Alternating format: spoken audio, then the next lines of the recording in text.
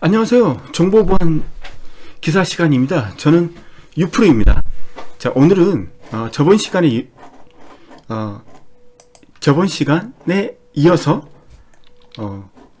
RSA 암호를 했잖아요. 오늘은 라빈 암호 시스템, 라빈 암호라고 해야지. 남들은 다 암호하는데 니만 시스템이라고 할 수는 없으니까 라빈 암호 맞죠? 그 다음 ECC 암호, 엘가말 암호 이거 해보고요. 마지막으로 대칭키 방식과 비대칭키 방식의 비교, 그리고 하이브리드 암호 시스템까지.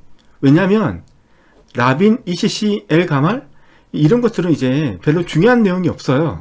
다 앞에서 했던 것들이기 때문에 이렇게 크게 이제 중요한 부분이 없어서 그냥 쑥 훑고 지나가도록 하겠습니다. 그리고 실제로 문제가 나왔던 걸 보면 여기서 나오는 게 어떤 뭐 알고리즘에 대한 문제를 내는 게 아니고 뭐 이산대수 알고리즘에 속한 것, 그 다음에 소인수분해 알고리즘에 속한 것, 이 정도 수준에서 물어보기 때문에 뭐 그냥 한번 훑고 지나가는 식으로. 그렇지만 이론이기 때문에 그래도 어떻게 구성되어 있는지는 한번 알고 지나가야 되니까 그 정도는 한번 훑고 지나가도록 하겠습니다. 자, 그 다음 라빈까지, 라빈부터 하죠.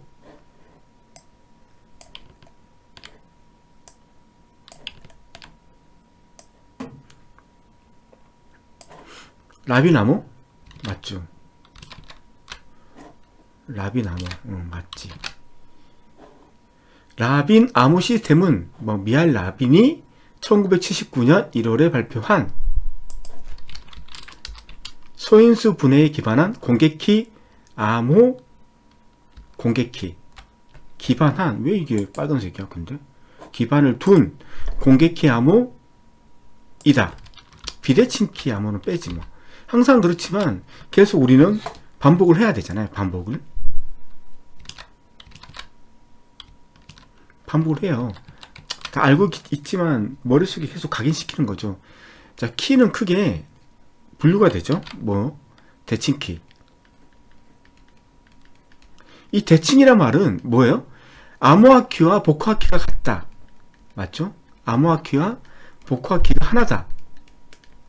한 개다. 이 말이고, 그 다음에 비대칭키는 대칭되지 않는다. 그런 말이잖아요. 대칭이 아니다. 그래서 암호화 키와 복호화 키가 틀리다. 그 말은 키가 두 개다. 이 말이잖아요.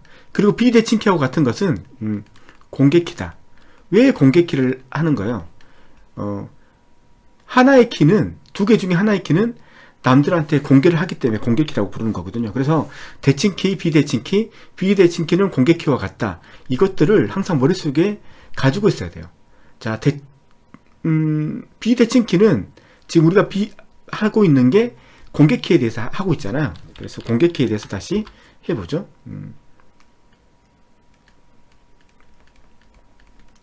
공개키는 크게 그 수학적 알고리즘이 두 개죠. 소인수분해,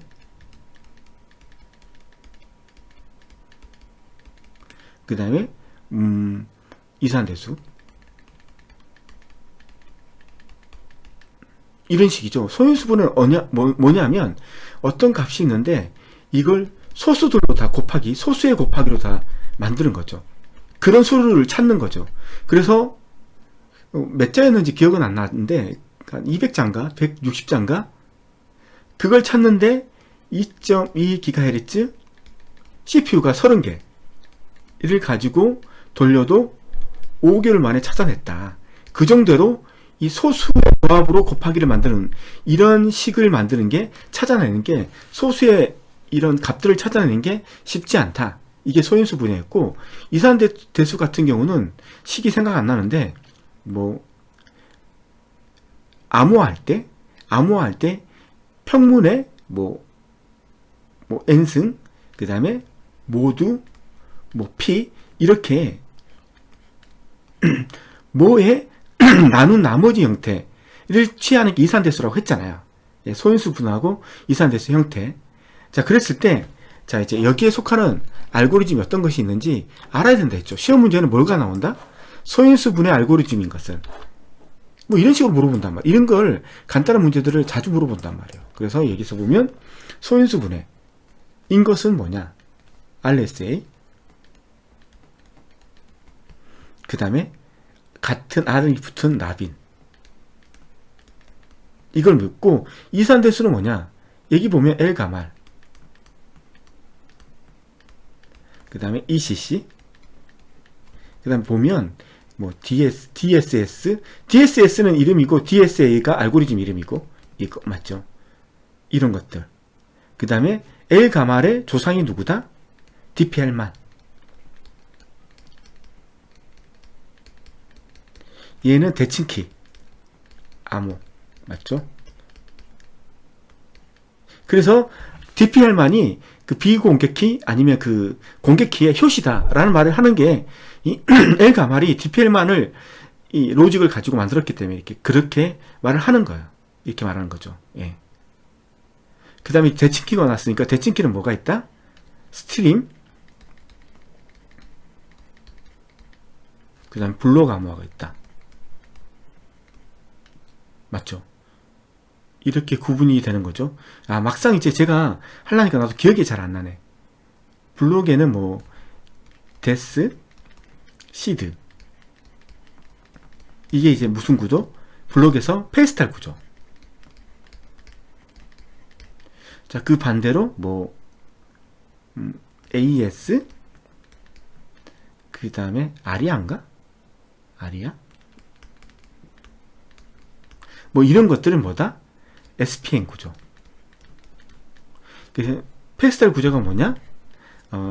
암호화 과정과 복화 과정이 역함수를 갖는 거. 역함수.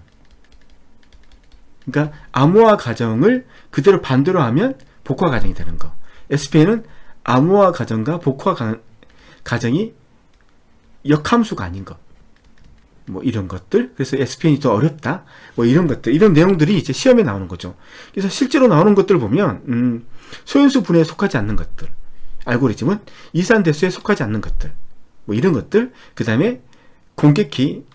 그 다음에 나오는 게 대칭키하고 그 다음에 공개키 알고리즘 구분하는 거. 공개키에 속하는 알고리즘, 대칭키에 속하는 알고리즘. 이런 걸 물어본단 말이에요. 이런 걸 빠삭하게 알고 있어야 된대요. 그 다음에 중요한 것은 블록 암호에서는 키가 중요하죠. 키가. 그 다음 라운드 횟수, 키의 길이, 라운드 횟수, 그 다음에 블록의 크기. 이게 암호화 강도를 측정하는 그게 되니까 이 정도로 하고 이제 한번 본론으로 들어가도록 하겠습니다. 분명히 말했어요. 라빈 암호는 물어보는 게 얘가 이산대수냐 아니면 소인수 분해냐 어디에 속하는 알고리즘이냐 이 정도밖에 물어보지 않아요. 그렇지만 여기서는 자세하게 좀 더 자세하게 알고리즘까지 표시했으니까 이걸 가지고 뭐 알고리즘을 또 열심히 외우고 이런 룰을 범하시면 안 됩니다. 진짜 말씀드렸어요. 라빈 뭐 했고 라빈 암호 알고리즘은 매우 간단해서 연산은 오직 한 번의 곱셈으로 이루어진다. 보시면 알겠지만 키 생성할 때 뭐 여기 보시면 알겠지만 소인수 분해니까 두 소수는 PQ를 골라 소수를 골라 소수가 뭔지 알죠? 예. 일과 자기 자신 위에는 나누는 수가 없는 거 그 소수를 PQ를 구하고 N을 구하는 거죠. P 곱하기 Q 그 다음에 다른 애들은 시타 N을 구하는데 그걸 구하지 않고 그냥 이걸로 끝내버려요. 그래서 N이 공개키 PQ가 개인키 이렇게 끝내버려요. 이러니까 뭐야 RSA보다 상당히 로직이 간편하잖아요. 그래서 이제 속도가 빠르다는 거죠. 속도가 빠르면 어떻다? 하드웨어로 구성하기 편하다. 맞죠? 그리고 스마트 카드나 이렇게 제한된 메모리와 제한된 CPU를 갖고 있는 저 사양의 그 CPU에서도 잘 동작한다. 이제 그래서 라빈의 특징은 그렇다. 아주 간단한 알고리즘을 가지고 한다. 이건 아실 필요 없는데 그래서 암복화는 한번 보라고 이제 적어놓은 거지 이게 시험에 나와서 적어놓은 건 아니거든요. 그래서 암호화는 바분 앨리스에게 보낼 평문 M을 고르고 M은 P에서 N을 고른. 그래서 평문은 제곱에 모두 N.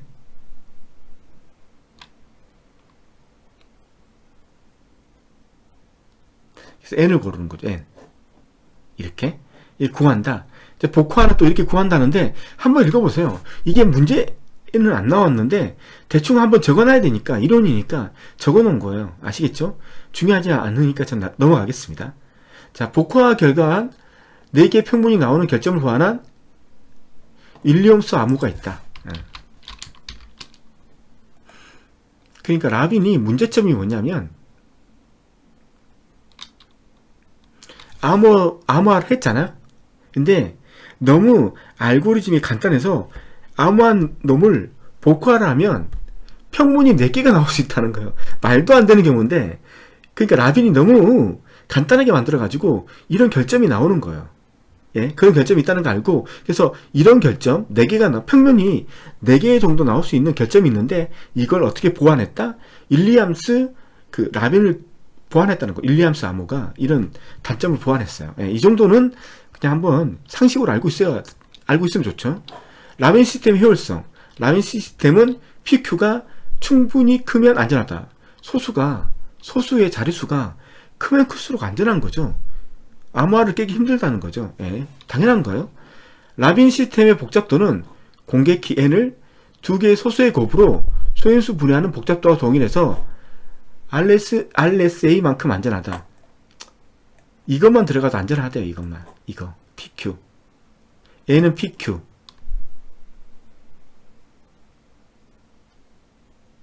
이걸 구하는 게 쉽지 않다는 거죠. 자, 문제를 한번 풀어보시죠. 2개가 뭐인 PQ를 선택하여 N은 뭐를 계산한다. 이때 PQ를 알고 있는 사람은 N을 계산하기 쉽지만 PQ가 뭐예요? 라빈에서는 비밀키잖아요. 공개하면 안 돼요. N은 뭐예요? 공개키잖아요. 그래서 PQ를 알면 N을 구하니까 비밀키를 알면 모든 게 다 끝난 거예요. 예. 몰라야 된다는 거죠. N을 계산하기 쉽지만 N만 알고 있는 사람은 N으로부터 PQ, 소수 PQ를 찾아내기 쉽지 않아요? 소수를 찾지. N이 한 자릿수가 아니라 N이 자릿수가 한 100자리, 200자리라고 생각해보세요. 그때 그 값의 소수로 이루어진 소인수 분해를 하려면 얼마나 많은 시간이 걸릴 거예요. 어렵다는 거예요. 이를 무엇이라고 한다. 이런 알고리즘에 기반한 대표적인 공개키 알고리즘은 뭐와 뭐가 있다. 자, 해야죠. 2개의 뭐가 2개의 소수 PQ를 선택하여 N은 P 곱하기 Q를 계산한다. 맞죠? 이런 형태는 뭐예요? 소인수를 분해시키는 거죠. 소수를 분해시키는 거죠. 이 소인수 분해밖에 없고, 소인수 분해를 쓰는 것은 뭐예요? RSA, 라빈 2개밖에 없죠. 예. PQ를 N은 P 곱하기 Q 이렇게 소인수 분해 하는 거. 소인수 분해잖아요. 예. 이건 뭐 이렇게, 그러니까 대충 이제 원리를 알고 있으면 어떤 문제가 나와도 문제가 틀릴 수가 없어요. 이해를 하고 있다면 자기가. 예. 자, ECC 암호. 자, 타원곡선 암호는 타원곡선 이론에 기반한 공개키 암호 방식이다.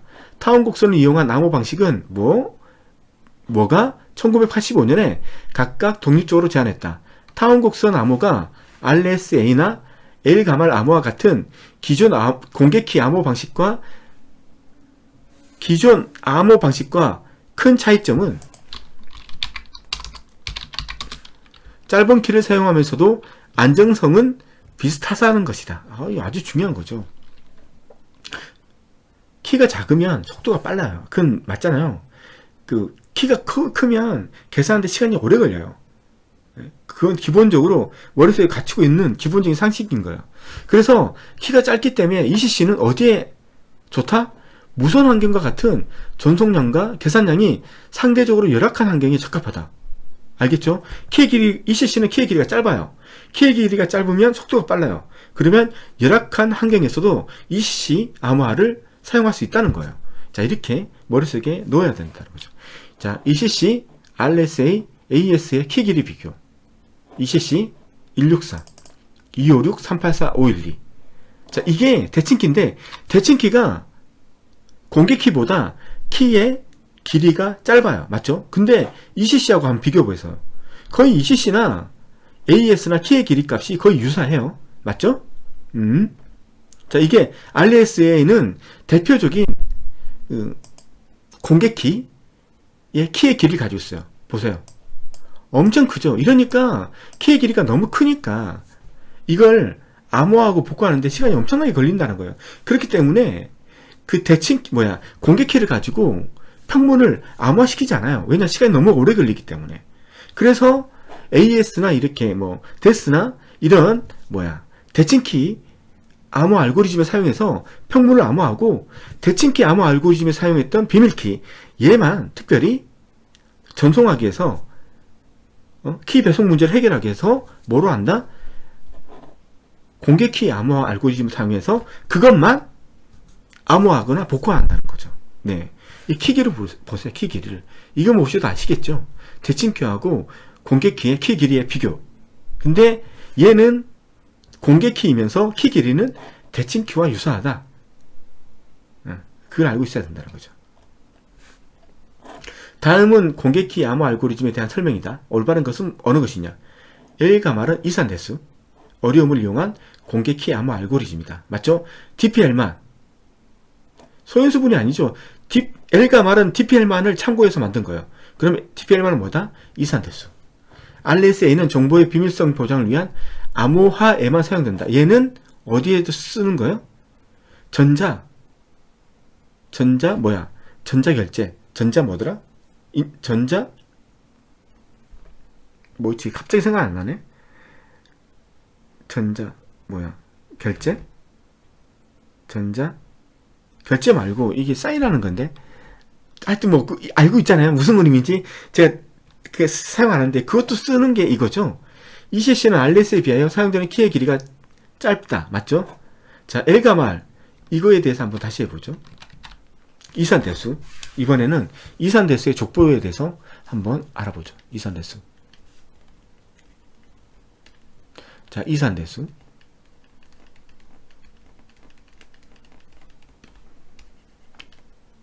M의 모두 N 이런 형태 이산대수 아시겠죠? 이산대수의 효시는 누구다? DPL만이다. 하지만 DPL만은 뭐다? 대칭키 암호다. 자, 이거에 P를 받아서 만든 게 뭐다? L가 말이다. L가 말. 이건 뭐다? 공개키다. 자, L가 말의 P를 받아서 만들어진 게 뭐다? DSS. DSS하고 DSN은 같은 말이에요. 미국에서 그 DSS라는 전자결제인가? 이게 뭐지? 전자결제였나? 전자결제가 아니었고 인증이었나? 잠시만요. 목차를 좀 보고.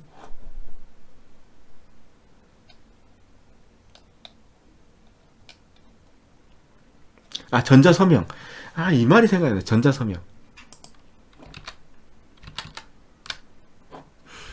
이게 전자서명을 공개했거든요. 이제 새로운 전자서명을 내가 이제 새로 채택하려고 하니, 그래서 DSS라는 이제 이름을 걸고 이제 전자서명을 받은 거고, 그때 이제 1등을 한 게 DSA가 1등을 한 거죠. 예, 그래서 DSS나 DSA는 같은 말이다 라고 보시면 돼요. 이 족보를 알고 있어야 된다는 거죠. 예.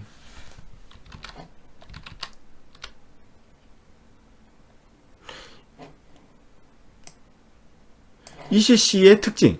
이산대수 문제에 기초한 암호 방식으로 소인수 분해에 기초한 RSA 암호 방식에 이어 전자상거래 핵심 기술로 주목받고 있다. 전자상거래에서 쓰고 있대요. 예. RSA보다 키의 길이가 작으면서 동일한 성능의 보안성을 제공한다. 하드웨어와 소프트웨어 구현하기가 용이하며 무조건 키의 길이가 짧으면 속도가 빠르고, 그러면 하드웨어하고 소프트웨어로 구현하기가 용이해서 스마트 카드, 무선통신, 단말기 아주 열악한 것들 있잖아요. 거기에도 사용할 수 있다는 거죠. 예. 자, L가말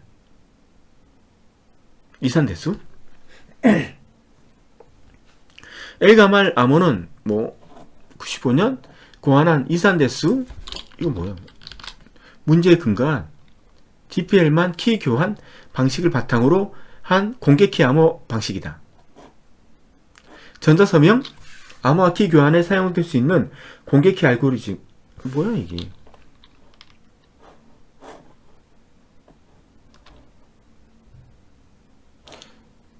전자서명 또는 암호화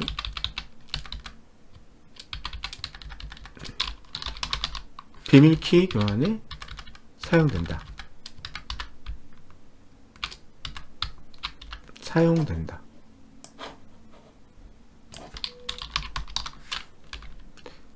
이렇게 하는 거죠. 괜히 어려운 말 써놔. 엘가말 암호는 다른 알고리즘과 비교해서 암호화 복구화 속도가 가장 느리다. 엘가말 안 쓰는 거죠. 그래서 뭘 쓰는 거예요? 뭐 DSA나 DS 뭐 이런 걸 쓰는 거죠. 엘가말 안 쓴다는 거죠. 속도가 가장 느리다. 이걸 누가 쓰겠어요? 이 느린데. 예? 안 쓴다는 거죠. 지금 이거 하는 것들 문제에 안 나올 수 있어요. 그러니까 중요한 건 엘가말이 어디에 속한다? 이산대수에 속하고 그 다음에 엘가말은 뭐다? 공개키다. 이게 중요한 거예요. 핵심이. 엘가말 암호는 평문을 암호화할 때 순서쌍으로 표현해서 암호화의 길이가 평문의 약 2배가 된대요. 이러니까 속도가 느리는 거지. 엘가말 암호는 많은 메모리 공간이 필요하며 전송 속도도 느린 단점을 가지고 있다. 안 쓴다는 거죠. 엘가말. 자, 이제 항목 대칭키 암호, 비대칭키 암호 이제 비교한 거죠.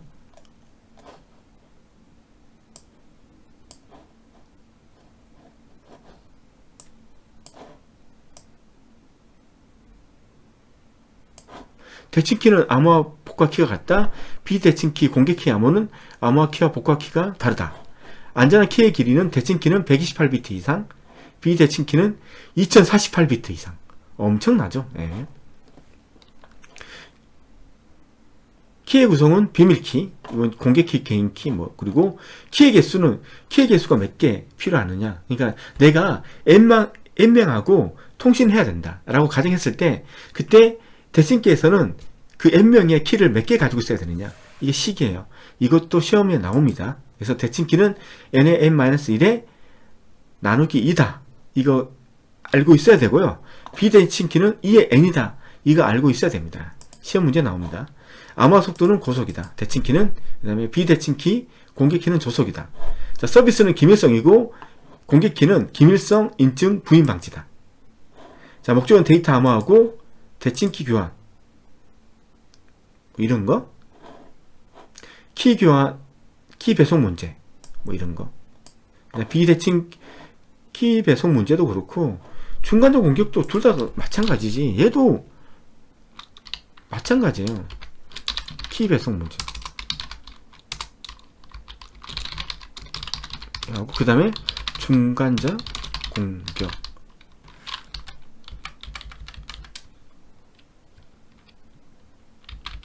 이게 치약까지 적어야 되나? 치약. 이게 맞죠? 네. 데스, 시드, AS, RER. 맞죠? 이 두 개는 페이스탈 구조. 이건 뭐다? SPN 구조. RSA, 라비는 뭐다? 소인수분해. DSA, 엘가말, ECC는 뭐다? 이산대수. 이걸 이제 알고 있어야 된다는 거죠. 자, 하이브리드 암호화 시스템까지 오늘 여기까지 하도록 하겠습니다. 시스템. 하이브리드까지. 하이브리드 암호 시스템 기본 개념. 대칭키 암호를 사용하면 암복화 속도가 빨라서 기밀성을 유지하는데 탁월하지만 비밀키를 안전하게 상대방에게 전송하기 위해서는 키 배송 문제를 해결할 필요가 있다. 이에 반해서 공개키, 이제 이게 공개키로 할까? 비대칭키 공개키 암호를 사용하면 키 배송 문제를 해결하기 때문에 이것도 해결할 수 없죠. 단지 대칭키에 비하면 공개키에서는 키 배송 문제가 안전하지만 그래도 중간적 공격에 취약하죠. 그래서 CA 같은 뭐 공인인증서 구조 이런 구조를 채용해야지만 완전하게 이제 통신할 수 있다는 거죠. 예. 하지만 비대칭키 공개키 암호에는 두 가지 문제점이 존재한다. 비대칭키 암호는 대칭키 암호에 비해서 처리 속도가 엄청 느리다. 비대칭키 암호는 중간자 공격에 취약하다. 이런 문제가 있죠. 이 문제 때문에 공인인증서가 나오는 거죠.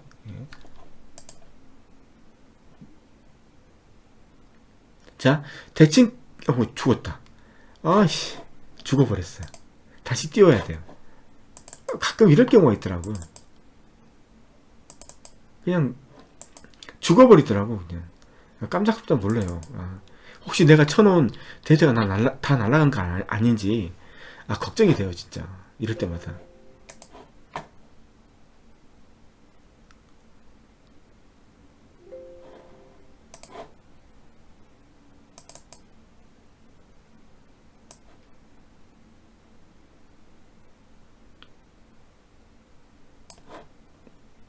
뭐지? 이 DNA는 뭐지?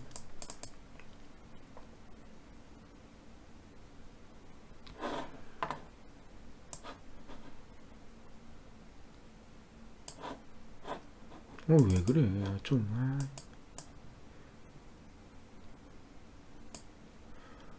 너 진짜 너무한다.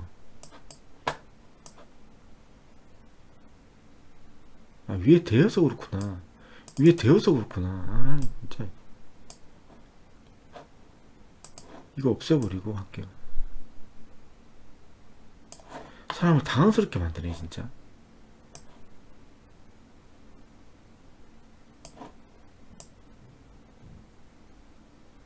이렇게 하고 얘를 저장을 해야 돼요. 2.6으로.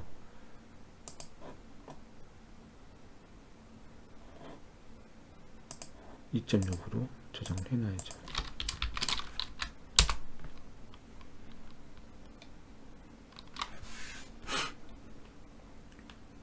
좀 제가 많이 쓰다 보니까 좀 용량이 많아요. 그래서 가끔 가다가 죽어요, 얘가. 죽으면 안 되는데.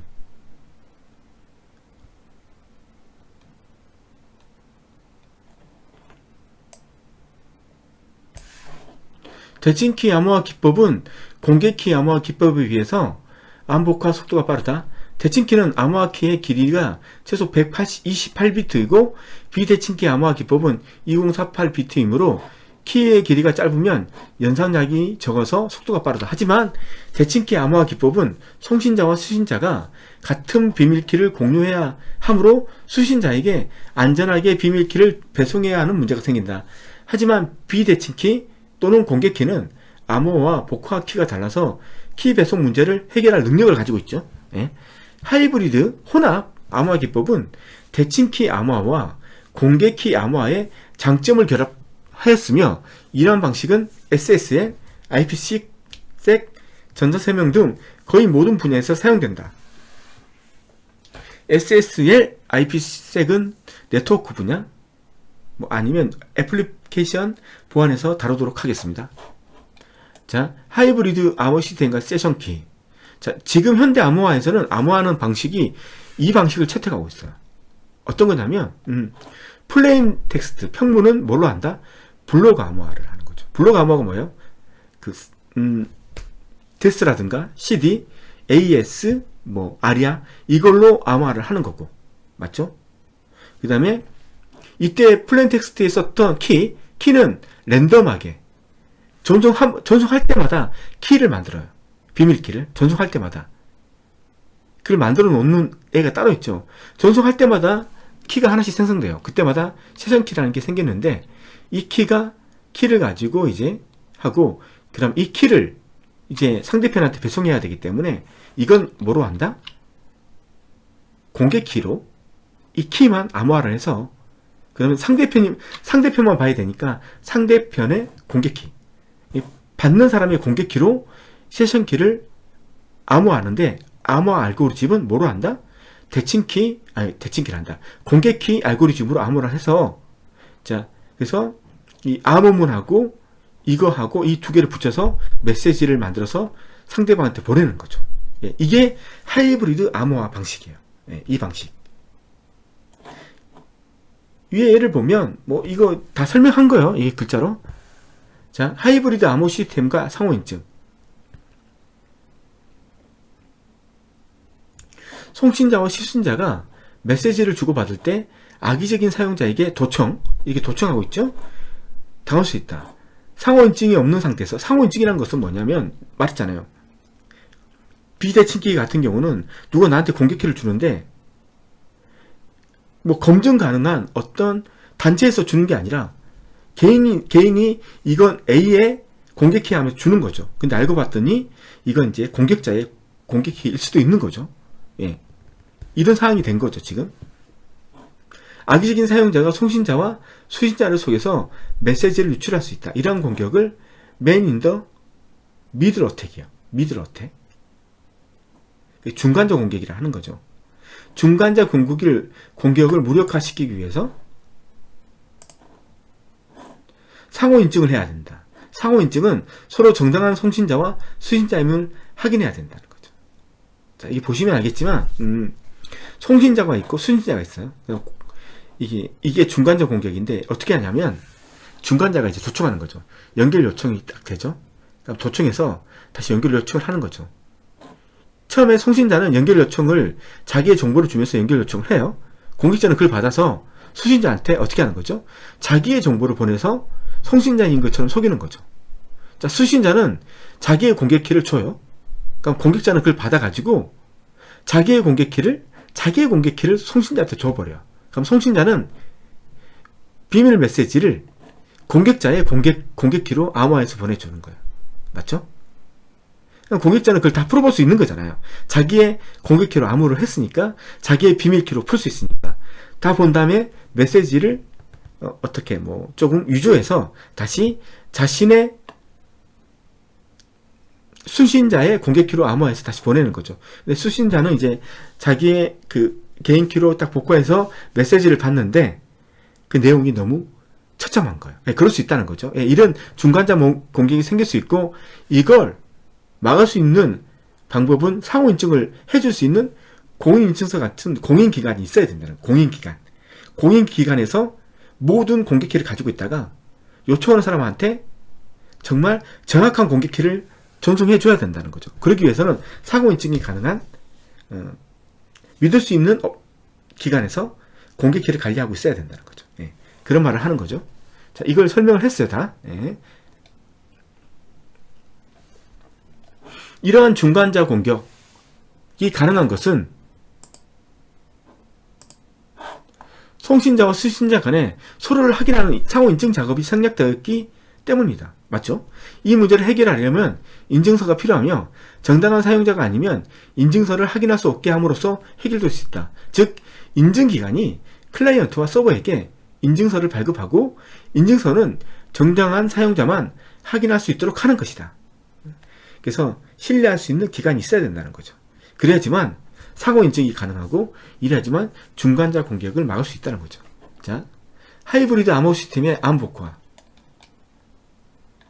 있어요. 샌더가 있어요.